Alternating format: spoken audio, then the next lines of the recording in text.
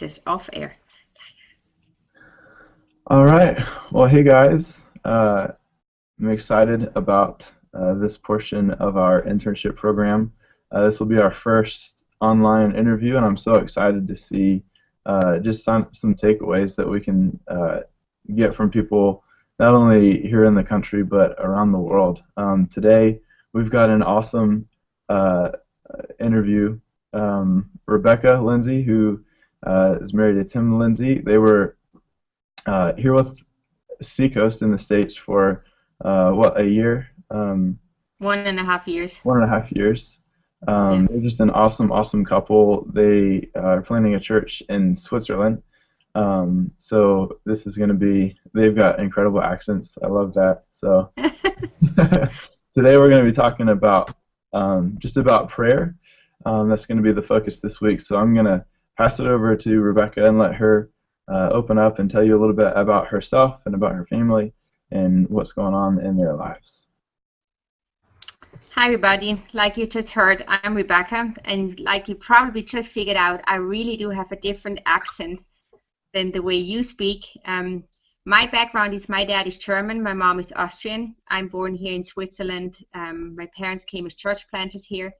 I'm married to an Irish. Tim, my husband, he's half Irish, half Swiss, and so he brings in the Irish accent. And we just spent 2 years away from Switzerland. We lived in Uganda and 1.5 years, like Neil just mentioned, in the States because we wanted to learn from Seacoast. How does multi-site look like? Would there be something we can be using here in Switzerland? And about 2.5 months ago, we came back to Switzerland to prepare and gather the launch team because we're going to have our grand opening on the 26th of October here in Zurich, Switzerland. Shall I also share a bit the vision, what we're doing here? Neil? Yeah, for sure. Okay. Our vision, or what happened was we were serving here in the red light district in Switzerland, and we just went to different people. We offered coffee and cake, and we have been wearing t-shirts, Church Without Walls, because we believe where we are, Jesus is, so we don't expect people to come to church. We want to be and go where they are. So we walked around in the red light district, and we offered prostitutes, pimps, job owners, just everybody, coffee, cake, and prayer. And so we got to pray for anything and everything, for a sick dog, for a husband, a wife to find, win the lottery, just everything, just really people's needs.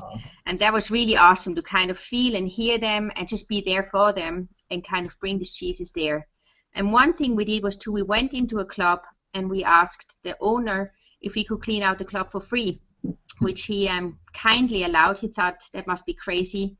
They clean out my club for free. Tim, my husband, he started talking to him, but he was just really famous. He's one of the biggest party managers here in Zurich.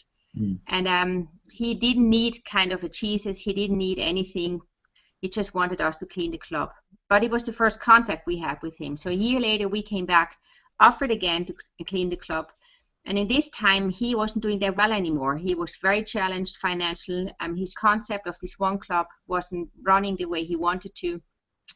And I don't know how it is with you guys, but very often if you're in a need, if you're not doing well, you start opening up and you start reaching out for help and even sharing. And so that's what this Claude did. He started sharing, and my husband listened, and he started inviting him into a relationship, into a discipleship. So once a week he met with him and just asked 2 questions. What is God saying to you and what do you want to do about it? And about a half a year later, he gave his life to Jesus. Wow. So this was like the first person here from the club seeing a big guy starting following Jesus. And with him, just the door opened up with DJs and breakdancers. And maybe Tim and I, we seem crazy and loud and be wild, but we're not the clubbers. So I'm definitely not a club person. So when this door opened up, we really asked God, what is that going on and why is it the club scene? We have 3 kids. They're 15, 14, and 10. They're not in the club scene yet and not in this age yet. But it was very interesting. And so we asked ourselves, what are we going to do with these people now? We were part of a church, and we tried to bring them in this church, and it was a bit challenging. I mean, if you're clubbing and you come home at 6, 7 o'clock in the morning, and then you have to be in church at 7 a.m. or 10 a.m., it's a no-go. Our people, they fail asleep, and they needed one coffee after the other just to stay awake for another 10, 15 minutes. And so we ask ourselves again, so God, what shall we do? If you would be here, how would church look like for the clubbers? How would you meet them? What would be the scene? And those were kind of the one questions from the practicality side wise, but also what is the need? I mean, they don't really need money. They don't need wells. They don't need like if we come and paint their room. So we really ask ourselves, the people that we're around with, and especially now this target group, what would be a need? And on one side, here in Europe, I think it's very similar in the States too, is there was never a generation before that had so much free time like the generation that we have now. There was never a generation before that had so much money and possibilities like the generation that we have now here. Like here in Zurich, you buy for $150, you buy a ticket and you fly to London or Paris, party a whole week and come back. And this never was possible before, or never before were you able to be connected with the whole world, like even us now, we the States and Switzerland, and you can be connected via tablets and Facebook and Instagram, and you feel like you're part of a gang. But on the other side, there was never a generation like a generation now that did so much suicide like now. There was never a generation like a generation now that was so much in debt, not being able to handle money well. There was never a generation like here in Zurich, every third young person says, I feel lonely, even though you're so connected. So what we figured out is we would say the need here is a lack of purpose. They don't know, why am I here? What is my, what, am I an accident? Did I really, why did my parents do that? Whatever. And so what we want to bring, and that's our vision sentence now, purpose to life. So we rented a club, an event hall. We have 2 bars. Yes, we will be serving alcohol there too, because if you go clubbing, you are drinking as well. And we will be having alcohol. We have DJs and we have different producers now reinventing worship music into club style. We have light shows and everything, like a bit the feeling of if you're not a follower of Christ and you feel comfortable and home in a club, we want to give a similar atmosphere but with worship music. So we believe, I wouldn't say they're on search to find Jesus. They don't even know and they're not aware we have no purpose. But we believe if we bring Jesus in the style of music and in the word that we bring, but all in music, like even input, music never stops. Like in the club scene, there's always something going on. And so we believe if we bring like their atmosphere with our Jesus in it, that they can be touched in a deeper level and they can be aware of something that they weren't having a lack of, kind of like realizing, or maybe this Jesus could be a solution. And that's how we try to do club church. Wow. So the grand opening will be the 26th of October, and I'm really excited, even though it's so challenging on our launch meetings with people coming being drunk. Just, I don't know what they have been using, but we have, like here, not even 2% are Christians. So you kind of, how do you build church with not followers? That's a bit the challenge that we have right now, but it's also very exciting. That's awesome. Yeah, it is. Wow. Well, with that, just kind of the process that I'm going to use a Southern word that y'all have experienced. What would you say? How has prayer had the biggest impact on your whole church planting experience out there? Well, I would say from our background is, Tim and I, we both grown up Christian. So the one side is definitely like, you're supposed to pray. It's something you just do and something that expresses your relationship to Jesus or not. If it could be a habit, it could be a longing, whatever. So the one side is really, we should pray. Let's, you organize the prayers. But I think very often you just come into a situation like this one, a lunch meeting when this drunk guy comes up. I mean, you have no choice than to pray. When something like this happens, it's nothing you can change. You can think as good as about yourself as you want. You just know, I'm limited. There's nothing I can do. But this big God, who has so a bigger love for these people than I have, so I really need him. So it's a both thing of, I think you come into a situation like where you just know I have to reach out. It's beyond my possibilities. And a big part is, of course, like just to know to pray. And I think the more you do it, the more natural it becomes, and the more it becomes part of your daily life, or it becomes just of your, with me now, I wouldn't say I have my prayer time now, let's pray now. It's just like, I don't think I have a minute without just having God involved in anything. It's just being, I remember when I was a child, I needed braces, and my parents were missionaries, and they couldn't afford braces. So the dentist assumed that my parents should put green stickers around the apartment, like on the mirror, on a cup or whatever. So when everywhere I moved around in my apartment, and every time I saw a green sticker, I had to make like this movement with my face so that it helps for my teeth to go back. And interestingly, this whole thing helped me to realize that God is around anyway. It's not just on a Sunday morning. It's not just because now it's prayer time. So every time I saw one of these green spots, it was me like, oh, God is here. So I actually can talk to him, and I don't need to make a special time for it. It's just going to be a normal conversation.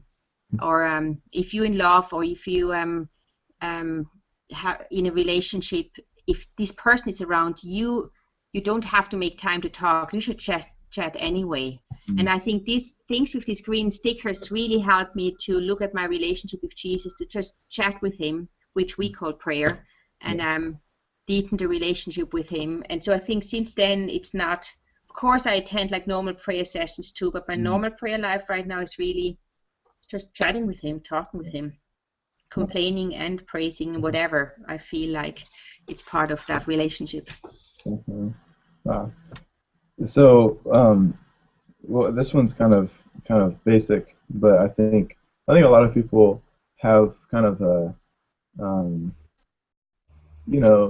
a skewed understanding of what prayer really is. A lot of people, like you were just saying, think you have to like get on your knees and be in a quiet room to pray. And a lot of people think you have to go to church in order to pray. But what, like, to you, what does prayer mean? What does prayer look like? How, like, what have you experienced in the past that's developed your understanding of what prayer is, and how has God developed your understanding of what prayer is, and how you go before him? On one side, I think it is like a normal conversation. What is it that I have to share, kind of, or would I like to share? And then while you're doing and realizing, why am I sharing it? He knows it anyway already. So, and then I think it has different times as well. There are times where you maybe feel lonely or misunderstood or whatever, and then the prayer is more to ask for something, to ask for that he meets your need. I think that's very often longing why we pray, because we have so many needs for ourselves, and we would love that Jesus just would meet them, which I think it's an okay thing to do as well. Or then meet a need for someone else, to bring that. Just having, like I said, I love those kind of just a normal conversation ones. It's like with a friend, we have this saying in German, I think it's similar in English too. If you're grieving, if you share with someone, it's like half a grief. If you're celebrating, if you get to share it, it's like a double portion of celebrating. So everything you do with a person anyway, it's more fun, or it's even more helpful.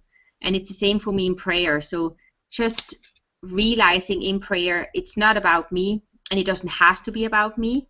There's this much bigger God with so much more strength. So if someone can party, it would be God. So I want to celebrate definitely with him and share everything with him. And if someone can be with me and give me comfort, it's definitely God again, because he's the one carrying me. So it's more first of all, really to understand this big God really has an interest. Like we have this one saying too, just imagine you pray and God listens. Because I think sometimes here in Switzerland, they use this saying like, oh my God. I think the same is in States. Do you use that too? Definitely. The oh my God thing. Yeah. And I kind of don't like it, but every time the people around me use it, I just said, oh yeah, he's mine too. Because just to be aware, every time you use it, it's like you talk to him and he's like every time jumping up, yeah, what do you have to tell me? I'm listening. What is it? Are we going to spend time or something? And just to be aware, this God is around all the time. And so many times we try to reach out without realizing, hey, he actually listens. So when I say something, he really listens and he really shows interest and he really wants to be totally there for you, be totally intentional with you. And we just sometimes do it and just thinking there's no one really listening. And so prayer for me really is realizing this intentional God gives everything. When I turn to him and talk to him, he just gives everything, and which means I can take everything from him too. So the full potential, the full authority and everything he has to share, I get to have as well. So that's why I love just in the normal conversation, even if I'm cooking, even if I'm putting the kids to bed, whatever, he's just there and he helps me in that, and I get to talk with him. That's great. Yeah, I know I've read the book Circle Maker. I don't know if you've read that book by Mark Batterson, and he just talks about having bold prayers. And after I read that book, I realized, gosh, like a lot of times when I pray, I just like ask God to help me in this situation or help me in that situation, but I really don't like establish like like what I'm praying about. Like I don't have a goal to my prayer. Like you know what I mean? Yeah. And so have you experienced that in your life, in your prayer life? Have you experienced, I guess, like a development or like gone through a situation where maybe you've realized prayers or you haven't been as bold, or you have been as bold and you've seen God come through in those bold prayers? I think it's both there too. I don't think every prayer has to be bold. In a way, of course, like expecting a lot, of course. But if you look at it as a relationship, if you are in love, like I would compare it now with my husband, if every conversation that I would have with Tim would be, I expect him to be bold in everything, the way he responds to me or the way he expresses things, it would be very challenging, and it almost would be like all the time a working atmosphere. Whereas I just love when he can just hang with me and just enjoy and look at me and say, hey, you're beautiful, or I love being around you, and just things like that. So I think it has both sides with God too. The way of, hey, let's go for something. Like now the church plant.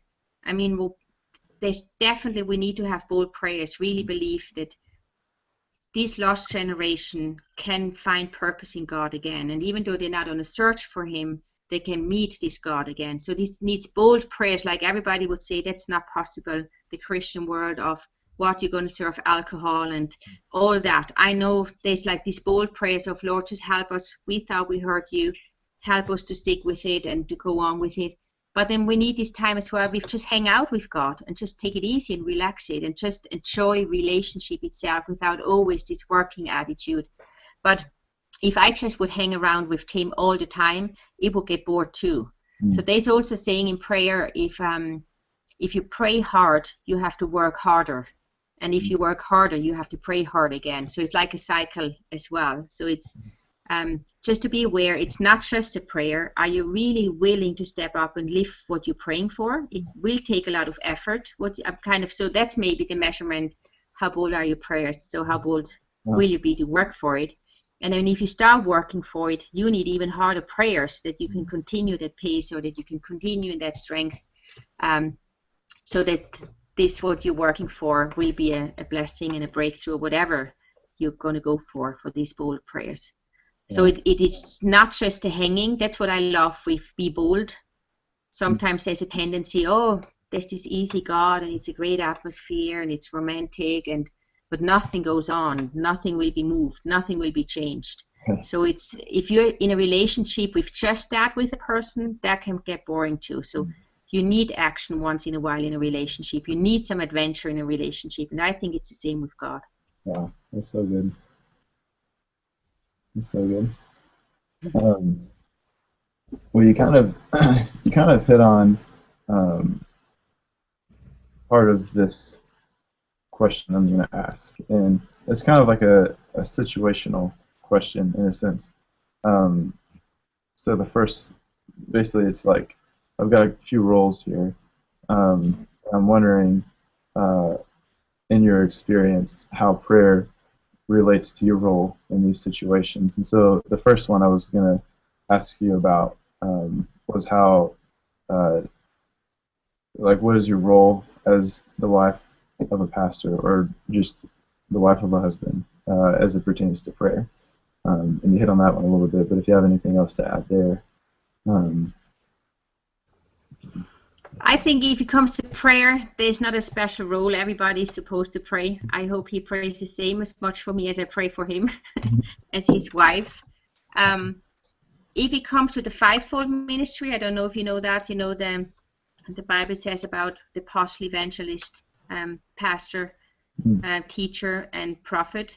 I am first evangelist and then prophet, whereas my husband, he is apostle and then evangelist. So it's if we look from the fivefold, I believe we all have everything in us, but we have certain strength in different areas, which the strength also means we get energy out of it. Like if I can speak to the non-Christian, I get much more energy out of it if I always just speak to the Christians, for example. Or like Tim with being apostle, if he gets to explore new things, he gets so much energy out of it. But one of the lower ones would be the pastor or teaching. So if he would have to take care about the people all the time, he is able to it, but it does take him a lot more energy than if he could explore new things. And so that's how we look at it. And my advantage there maybe too is because I'm very strong in the prophetic. And in that, my senses are always a bit out. So besides of knowing, hey, I want to pray for it, I sense things a lot, which lead me into prayers anyway. That's always the first thing I do. When I sense something, sometimes I believe God speaks through so many ways to us anyway. Sometimes we explain it with, oh, that's a coincidence, or like if you think of a person you haven't thought for a while, and then maybe you even walk into that person on the same day. I don't think it's a coincidence. I think the Spirit is saying something to us that we could ask, so what are you saying to me with that person? Should I respond? Should I reach out for that person or something? And so on one side is maybe having that a lot with me, plus doing it a bit more. You just know, okay, now this is really God speaking to me now. I should stick with it. I should pray a bit more. Maybe even ask some person what they think about it. So it's a combination of, because of that, I sense a lot and maybe pray maybe a bit more than others. I wouldn't, but I don't know. I'm not putting on the timer and asking him how long have you prayed or something. Okay. But it's definitely a passion of mine. I love that. That's great. Being a conversation even about a person and asking God what he thinks about it, or how I should respond, or how I should reach out. This is like a great preparation of whatever. So that's cool. Yeah. So you kind of, since you're kind of hit on it a little bit, I just wanted to ask you a little bit about the prophetic. I know a lot of people, especially, I don't know what the culture is like in Switzerland. I know there's not a lot of Christians in Zurich, so I'm sure it's fairly similar. But I know around here, like, it's just not, stuff like that's not really talked about, you know, even in like the church world. And so a lot of us don't really get the chance to really dive into an understanding of prophecy and stuff like that. And it's like, you know, sometimes tricky to understand. Do you ask for a gift like that? Is that something that God naturally instills in you? But what are your thoughts through your experience? Well, here it's an awkward thing, of course. It's not even, I mean, prophetic. I would say it's even a Christian word. So what is that? It's a bit scary for some people because then they think maybe you have this X-ray I can look at you and I can tell you exactly what's going on. So the people, if they hear that, they may be a bit more even taking a step back or something. But in overall, I mean, it says in 1 Corinthians that the prophetic is mainly here to really encourage people. And I think if this is your main goal, it's not about like, oh, look at me, I have a word, whatever.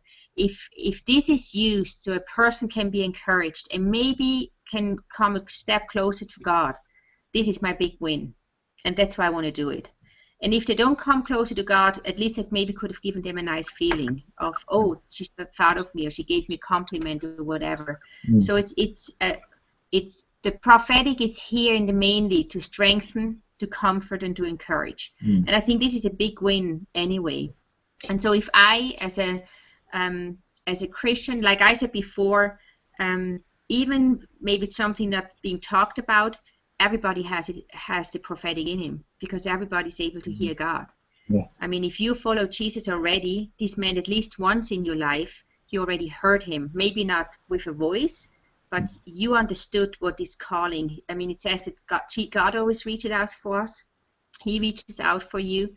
So you responded to it. That's why you started following him. So this was like the first time really listening to him and reacting upon it and starting a journey with him. So if you're a Christ follower, you heard him already once, and you will be able to hear much more. So it's in us already, and maybe we're just not giving so much room for it. Maybe, like you mentioned, scared, or it's not taught upon it. But just if we start to looking at it as a more normal thing, if I can use it to encourage others, why not doing it more? And the other thing is too, sometimes it's maybe a bit scary because people think, and even in the beginning when I realized I have a passion for it, and I think I have a gifting for that too, is this me now, or is this God speaking through me? There's always, where's the balance? Or am I just wishing something good for the other person, or is maybe God wishing that? And I think in overall, God wishes it anyway, so there's nothing wrong with that. And I believe that God lives in me, and he speaks through me. And when he speaks through me, he will speak through the Rebecca way, which means my way. If he speaks through me, it will not be like the Tim way, or I don't have to copy anybody else or try to be someone else. I kind of can trust myself. I mean, that he chose me, so I can stay myself, I can be myself. And yes, there will be a little bit Rebecca in it, but there will be a lot of Jesus in it when I have him as my main role model that I want to follow. So I don't even have to be afraid of sharing. And especially if I keep the line of hate to encourage, to comfort, and to strengthen, then it's not about me anyway. So if I have a women's group, they're not Christians. I even have them pray for each other and have prophetic words. But I wouldn't say to them, hello, let's gather and pray for each other now. I would say, what is it that you wish for that person? And this is how I trained him to get sensitive. Oh yes, to look away from myself towards the other person, and what would that be? And I think this is what God using as well, to kind of train us to be more sensible about other people's need and to be there for them and not just my need. And if I use that in the prophetic too, then it's an encouraging thing. Then it's a comforting thing for that person to know, hey, I'm not alone. But of course, now I'm not a person of, hey, I have a word from God. How about? I'm more the asking question person. So if I sense something about a person, then I look out for the person first. Sometimes I see something and then I have to find the person first. And then when I see the person and I don't know the person, then I just ask question, hey, how are you doing? How is life? Just with my question, I try to go towards that word that I think I have to see, is it appropriate? Will that person be able to do something with it? Like if this person is single and I would see like, hey, you're getting married soon. I mean, this would be a total shocker, for example. But if I would find out, hey, it's a single and I don't think my picture fits, but then I could still say, are you hoping to find a partner? How about I pray for that? Then I just can leave it there, and I still can encourage the person for what I've seen, and I kind of met the person with that. without telling them or overwhelming them with something. Maybe it's wrong, because I could have a wrong interpretation as well. And maybe that's a bit the risky thing. As soon as we hear something for God, or we think we heard something, then my brain starts thinking, okay, what could it be? And my experience and what maybe I've seen flows into it. And then very often it's, instead of you bring your own interpretation to it, just, God, what could it be? Or even ask the person, what do you think could it be? And it could be something totally different. I once had a great experience. We prayed for a guy, and then we asked him what did he saw, how does he see himself, what freedom means for him, and then he said he sees a bird in a cage. And then so I asked him, but what would you like to see? Because my interpretation would be freedom for him would be the bird outside of the cage. This would have been my logical, all right, if he's the bird in the cage, he probably want to be out. Yeah. But then I asked him, how does he see his freedom after he's seen the bird in the cage? And he said freedom for him would be a fish in the water. And for me this had like nothing to do with the bird in the cage, but his interpretation were, I want to be a fish in the water, which meant like I want to be something totally different than what I would have thought. And to me it was impressive to see God is not, I mean, if I just would have used my logical interpretation, which would have made sense too, it wouldn't maybe be that wrong, but just leave it with that person that God wants to serve now, and keep on asking that person, not just speaking words into it, and it can be a totally new solution to see maybe he sees himself different than we see himself. He doesn't see himself as a bird, he sees himself as a fish. So maybe it's a bit complicated, but it was very interesting for me, and also a great lesson to for myself. Rebecca, watch out, don't speak your words into these people. Really stay with that person that God wants to serve, and ask for that person, but don't bring in your own stuff. Which was a cool experience for me. Wow, that is really cool. Is prophecy, is that something that it's just like made sense to you, or have you kind of developed an understanding of the way God orchestrates prophecy in your life, and like over the years, has it just kind of grown and you understand it more, or is it just something that has clicked? Yeah, I definitely would say grown into it more. I wouldn't say it makes sense. I think it's very fascinating. I mean, even if you look at Jesus, how many stories he used. Why did he not just say what he really wanted to say, like yes and no or whatever?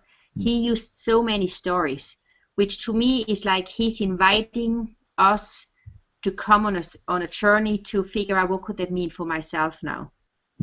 Which also shows we're all different. So there's not just a black and white, which means for everybody's the same.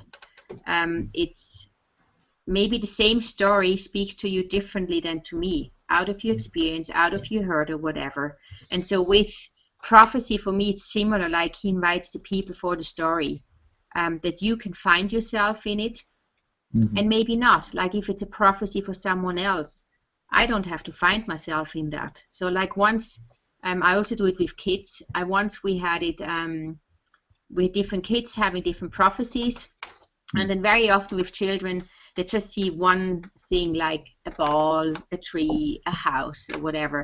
And then sometimes, every time I do this, I pray, say, okay, Lord, help me. If there's anything I can explain to them, or that you want to like give the overall picture, give it to me so I can help the kids to understand what it means. And so there was this one girl they prayed over, and then I said, okay, let's share now. What were the pictures you've seen? And then the one said she saw a playground, and the one said she saw this big, huge, scary dog and the policeman, and just every child had a different picture. And I was like thinking, okay, how do I put it together into a story, for example, that makes sense for that girl? And I just couldn't. I said, Lord, I have no idea what this means. And then so I turned to that girl that they've been praying over and said, does this make any sense to you? And she said, yes, of course, it's obvious. They're bullying me in school, and now this big dog as God is standing next to me, and he's scary, so the other ones are scared and I'll be protected. I mean, I never ever would have imagined that those pictures will tell this story to that little girl. But it's exactly what she needed. It was the comfort that she had. So in this case, the prophecy did not have to make any sense for me, but it made total sense for the person that received it. That in that case, what was that little girl? So it's it's yes, maybe on doing it a bit more, you get a bit more relaxed. That not everything has to be like the big hit in the middle or the big win, kind of, just to be more relaxed of God will use it. It's on one thing, it's definitely an obedience step. Are you willing kind of to step out of your comfort zone and go towards a person and try to share it? Or is it like you have to be, are you totally on the security side, and unless you know for sure and then you go and share? I think it starts with the obedience step. Are you really trusting God, and are you allowing Him to use you to encourage others? This is, I think, one of the first steps, how I started, that I sensed things, and then in my understanding I thought, oh, okay, makes sense, but I just kept it for myself. And I think, oh, I just observe the person a bit more, maybe she goes towards that direction, that the picture I had or whatever. And I had to learn that when God puts something on my heart, that I have to try and go and find that person or go and share it with that person. And with that, in my experiences, He started to entrusting me with more. Why should He give me more if I'm not willing with the little one to serve Him and step out and serve others with it? And so, yes, most of the time I would say it starts more with little steps, but you definitely will grow into bigger things, because with that, you just experience, it's not me anyway. The big thing, everything comes from God anyway. So I want to be open for that, and I want to be used for that, if this serves the other person.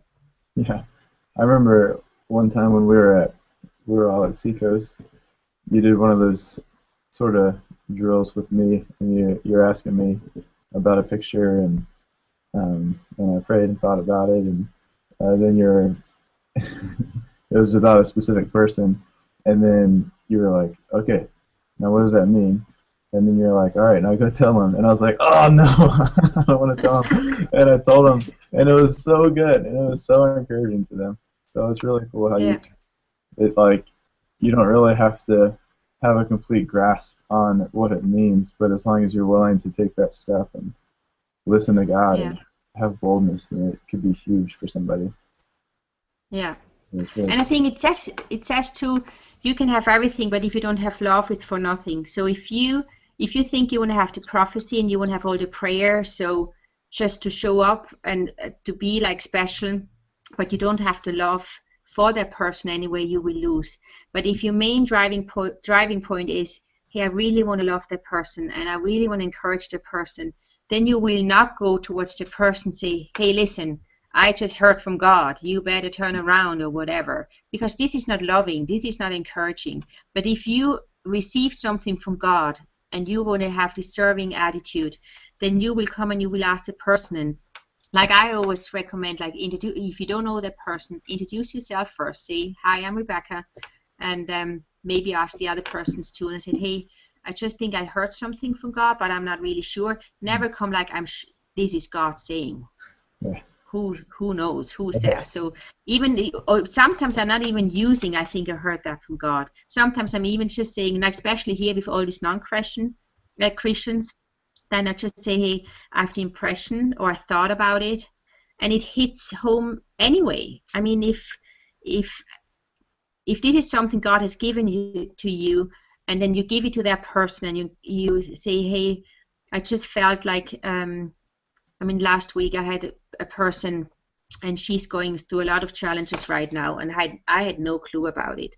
I just saw a bowl with waters being collected, and I said, I just see something is going on in your life, and I think it's a bit challenging for you now, and whatever you're losing, it's being collected, and it's okay. And she just started crying again and said, I don't, and she didn't know me. And then she said it's weird because she felt like she had been crying so much, and all these tears are for nothing.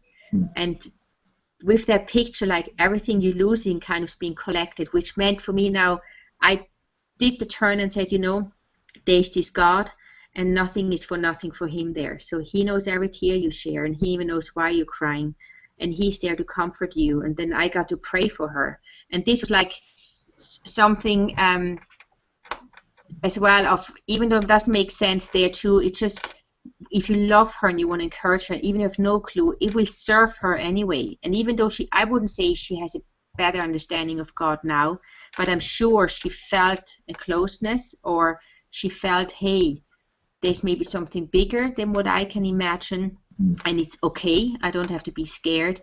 I think that's already a win. Then I just left it there, and I blessed her, said, hey, thanks that I could pray for you, and I continue with whatever. So it could be, that's what I love. If you love the person, and I wouldn't even say I loved her before, but I believe God gives us love for people, and especially the ones that we get impressions for, that you can come in a serving attitude, and it's about doing good to that person, and not, hey, change. Yeah. And even I think if you have risky things to share, you bring in a loving way as well. You can, it's not like, hey, you better. I think because Jesus is always reaching out the hand. He's always saying, come on, take my hand. I go this journey with you. And even with the woman, you know, he met at the well, he had a word of knowledge there. It's also part of this, the different ways of prophecy you can have, of wisdom, of knowledge, different spirits and visions and stuff. And he had a word of knowledge there, and he could have used it and say, hey, I know more about your life. I know about all the men that you have. But it was not in a judging way. He wanted to invite her for something bigger. So even if you mention something that challenging like he had with that woman, I mean, she ran back and she invited the whole village. Hey, there's this God. And even though, yes, we're full of sin and we did so many wrong decisions in our life, there's hope, there's change is possible. I'm not judged by that person. So even if it's something challenging like that, we can take Jesus as an example, how he brought it towards a person, and we can do it the same way, loving them, inviting them for the bigger relationship, for the bigger change, for the bigger fulfillment that we can have. And then it's I think every person is able to receive this kind of a word then, if our attitude towards that is right as well. That's very cool. So we just have a couple more minutes. Yeah. But one thing I wanted to ask about real quick, I remember earlier you were talking about how you guys were able to pray in the red light district in Zurich. And I was just wondering if there were any kind of cool stories that you've taken away from there pertaining to prayer. Yeah, lots of cool. I mean, we even in the end we had people. We normally always went on a Friday, so that's like a cool thing too. If you wanna grow in that, I prefer public places. Like we have public transports here, so I prefer being in the bus and then just practice. Then just look around, look at the people, and say, okay, God, what is it that you want to say, or who could it be, or who are you, whatever. And those are like my big practicing places. I love that because I don't know the people. It's nothing I can read into it, and then be intentional and have like predictable patterns if that is possible. So like always coming to the same time or leaving at the same time. Like maybe pick the same coffee shop at the same day so that people can get to know you as well and start relationship with you too. So with the one we did in the red light district, it was like, for example, every Friday we went. And so after a while, we even had people setting their appointments at the hairstyle or whatever for Friday, because they not only had their hair done, they also could receive some prayers because they knew we're walking by and going there. So that was like an amazing thing to see all these non-Christian even planning these kind of things out. And so that was awesome. Just different things in a store. We had a team of 4 or 5 that we were in there, and we asked one if she wants to pray, and she said no. Then another lady if we can pray for her, and then she said, oh yeah. So we asked, is it okay if we lay hands on her, and she said yeah. And then we started praying, and then suddenly the other comes around and says, hey, I want to have it too. And then the shop owner started bringing customers in and saying, okay, now this person, like we only had 2 hands, like we had one hand on this one and then the other one had pain in the back, and then we had to let hands there, and then was only Tim left, kind of. And then this one lady said she has pain in her somewhere in her butt, so she really wanted him to lay hands on her butt in the back. So it was always like this embarrassing, funny, challenging moments. But like, if they want that, and if we can bring Jesus in like that, we just do it. And it was to see, I mean, if they see it's not about you, if they see it's not about even that you want to sell them a product or something, it's really you bringing this Jesus where they are. They offer you at any area of their life. And so I even would say, I don't believe that you don't believe in anything, you don't believe in God or something, because when he breaks in, you're ready for everything and you're willing to give that. So even a very touching moment was also with the prostitutes. They never would walk into a church, because we all have sin and we all aware of it, and they are aware of it too. But even they, so far, the people can point a finger at and said, hey, you're really living in sin. And so most of them, they feel so guilty, they never ever would enter church. So we, with the t-shirt Church Without Walls, we went into their rooms where they have the clients. We sat on their bed and we read the verse where, when 2 or 3 gather together, God is amongst us.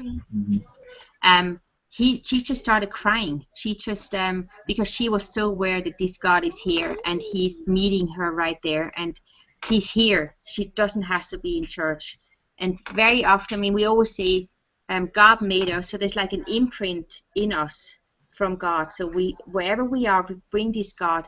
It's like a coming home for the person. Even for these prostitutes, they were feeling like, yes, I am accepted, I am loved, and this God is here.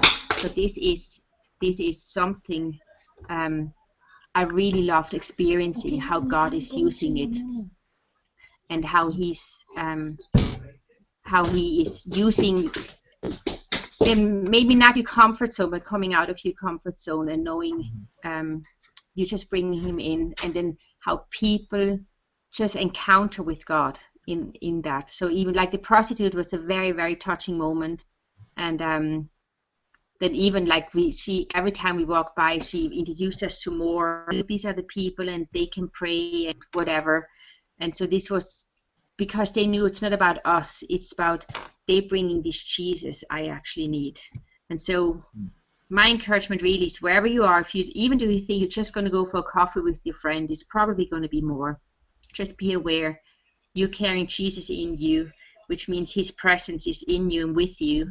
So wherever you are, just be open. People see that, they open to receive whatever you have to give, and maybe even get a chance to pray for that person. Then definitely do it, because then kingdom breaks in and they can receive healing, they can receive being free from bondages, and the really light what they need, they can see and follow again. And so that's my big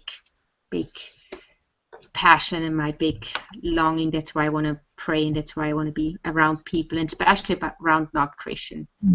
I think it's even easier, even if you think Christian may be open. It's great. I mean, the cool thing is, if you're a gang of Christians and you want to practice a bit more with prayer, the cool thing is you can do groups in accountability, even, or like even do treasure hunts. I don't know, you know that treasure hunts? Yeah, I've heard. Yeah. Like that you gather first in a group, that you write down different impressions that you have, and then say, okay, let's go out wherever and find the person, and just exploring with it. Even though if you look at it as a game, I think it is training and being aware that this God wants to use me. So like being Christian, this is a cool thing to do and to learn more, and even being accountable. Like how are you doing with praying for other ones? How are you doing with being more sensible towards other ones? So like the accountability, it's better given, of course, like if you're with other Christ followers, but to practice and really open, and even maybe seeing all these surprises is more with the non-Christians, because as a Christian you do expect maybe that God breaks in, you maybe do expect that this God is speaking to me. But if you don't know this Jesus yet and you get an encouraging word like that, it's like, whoa, there's a bigger thing going on here than just my life or my career planning. So I like that. Great. Wow. Well, Rebecca, thank you so much for your time. I know you and Tim and the whole church. Your story is very encouraging, and so I know that it's going to be just this time is going to be encouraging for other people. So, thank you so much. Thank you. So anytime you want to come to Zurich or one of the interns, just come by. We do have snows, not so much like in Colorado, I think, but we do have cold days as well. And you always have a home here or in our church, it's called the Metropolis Church, the Yeah. club church. So it's anytime you want to come. And of course, if you're starting to pray more, pray for these lost people here. That would be great. And do you guys have a website or something that they can check out? Yeah, it's www.metropolischurch.com. Okay, awesome. Yeah, cool. Great. Well, thank you so much, Rebecca. Thank you, Neil.